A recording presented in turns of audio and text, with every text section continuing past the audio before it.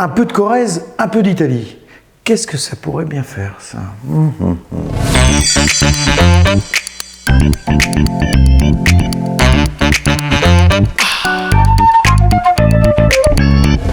Et si on se faisait un pain aux noix, façon focaccia? Voilà la petite touche d'Italie.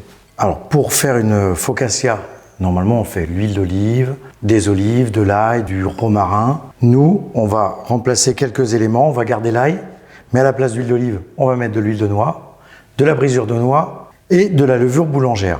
Je vais démarrer mon pain avec de la levure boulangère. C'est essentiel pour avoir une belle focaccia bien développée. Alors je vais l'appeler focaccia, même si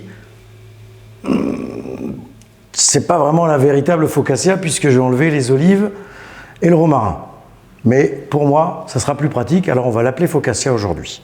Pour la recette, 250 g de farine, 160 g d'eau tiède, on est à 10 g de levure boulangère, une pincée de sel, de l'huile de noix, on va en mettre une partie dans notre base et une partie en finition sur la focaccia. Et de la noix hachée, on a à peu près 40 g de noix hachée, une moitié qui sera mise dans la pâte et une autre moitié qu'on mettra à la finition avant de passer au four. Alors comme je vous disais, très important, tiédir son eau pour que la levure fasse tout de suite son effet. Si l'eau est trop chaude, elle ne lèvera pas. Si l'eau est trop froide, ça peut lever, mais alors par contre ça va mettre un temps fou à lever. Alors je fais tiédir mon eau. Quand je dis tiédi, c'est 30. Il ne faut pas que ça dépasse 30 degrés. Il faut que je puisse mettre ma main dedans. Voilà, stop. Et je suis même un petit peu trop chaud. Je vais rajouter un tout petit peu d'eau froide. Il faut que je puisse laisser mes mains dedans et que l'eau soit chaude, tout simplement. Là, maintenant, elle est prête. Alors, je vais peser mon eau. Je vous ai dit 160 g d'eau.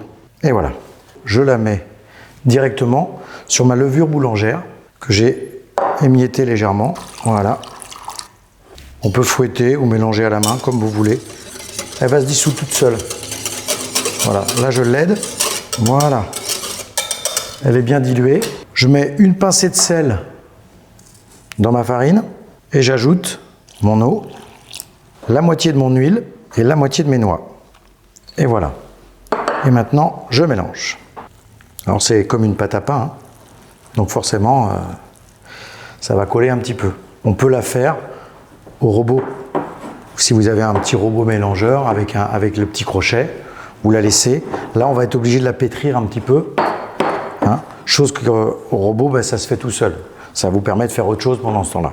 Hein, là, on fait comme si on faisait un pain maison. Donc, on pétrit la pâte. Voilà, il faut bien la malaxer. Il faut lui donner du corps.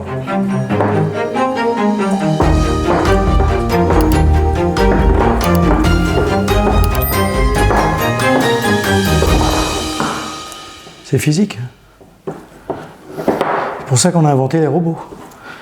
Là, on arrive à une pâte qui est bien pétrie. Je vais utiliser un petit peu de farine pour me nettoyer les mains et décoller la pâte, voilà, de mon bol. Alors je vais la laisser dans ce bol, hein. Je vais la laisser pousser, hein, c'est ce qu'on appelle pousser la pâte qui va développer. Elle va pousser pendant au moins une bonne quarantaine de minutes à température ambiante. Si c'est l'été, c'est parfait, température ambiante. Si vous la préparez en plein hiver, dans la buanderie, il y fait toujours bon. C'est parfait pour les pâtes. Allez, on nettoie un petit peu le bol. Voilà. Maintenant, je vais la filmer. Voilà, j'ai bien pétri ma pâte. Je l'ai bien mis dans le fond de mon saladier. Je vais bien filmer le bol. Alors j'ai assez d'espace, hein, ça ne va pas venir coller sur le papier film. Hein. Là j'ai assez d'espace, vous voyez c'est assez grand et normalement ça doit minimum doubler de volume. Maintenant on va la laisser pousser pendant une bonne quarantaine de minutes. Allez, à tout de suite. Donc là, voilà, elle a vraiment bien poussé cette pâte à focaccia. Je vais la défilmer, je vais fariner un peu mes mains parce que je vais la décoller pour la poser dans le plat. Alors elle va retomber, hein, c'est normal. Hein. Ça, c'est comme du pain. Hein. Ça retombe. Voilà. On lui a fait une première pousse. Tac. Je la décolle. Hop. Je vais la déposer dans un petit plat où j'ai mis un papier sulfurisé. Voilà. je farine un petit peu le petit côté là, parce que je farine un petit peu quand même légèrement. Vous savez, c'est pour pas que ça colle. Voilà, maintenant je vais l'étaler. Je vais lui donner une forme là, je vais lui faire prendre la forme du plat. Je vais la refaire un petit peu pousser derrière ma petite garniture que je vais finir. Après, vous en avez qui en font directement. Voilà, ça peut pousser, ça peut gonfler quand même. Alors on va faire la petite technique, hein. Les focaccias en général, voilà, vous voyez, on fait des traces comme ça avec les doigts.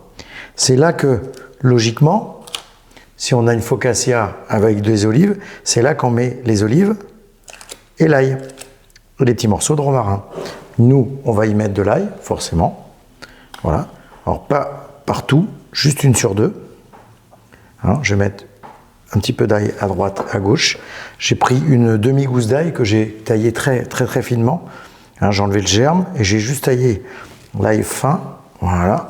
Ensuite, vous vous rappelez que j'avais gardé une partie des noix. Et bien là, pareil, je vais mettre les noix dans les trous. Je peux reparsemer un petit peu dessus aussi avec s'il y a un peu de poudre. Voilà. Et voilà. Un peu de fleur de thym. Dans la focaccia, c'est du romarin. Moi, je mets un petit peu de thym. Et on termine avec la dernière partie d'huile que je vous avais dit de garder. Sur 20 g d'huile, vous en mettez 10 g dans la pâte et 20 et 10 pour bien arroser cette petite pâte. Et voilà. Je vais la laisser reposer une dizaine de minutes. Elle va reprendre un petit peu de volume. Et je l'enfourne tout de suite derrière. Pour la cuisson de la focaccia, on est à 180 degrés pendant les 15 premières minutes et on a 10-15 minutes à 150 pour terminer la cuisson sans trop de coloration. Allez, on se retrouve tout de suite.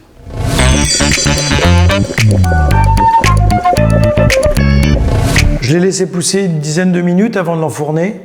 Je l'ai enfourné à 180 degrés pendant 15 minutes et 10-15 minutes à 150. Là, je vais la sortir du plat. Voilà, c'est d'où l'intérêt de mettre un petit papier sulfurisé, c'est que ça sort tout seul. Voilà, hop, voilà. Voilà, ça, alors ça, on accompagne comme on veut. Je suis sûr qu'avec un petit morceau de foie gras, ça serait sympa. Bon, moi, je vais la goûter nature aujourd'hui, mais bon, on n'a pas tous un morceau de foie gras sous la main. Voilà, voilà, regardez, bien alvéolé, bien moelleux. On peut même le manger à l'apéro. Vous coupez des petits morceaux comme ça. Voilà. Hop.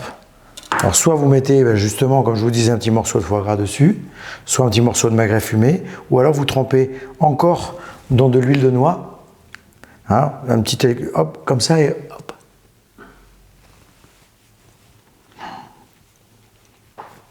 C'est bon quand même ça. Hein. La recette du mariage Italie-Corrèze, je crois que c'est réussi. Hein. Merci d'avoir partagé ce moment avec moi et à tout de suite pour de nouvelles recettes.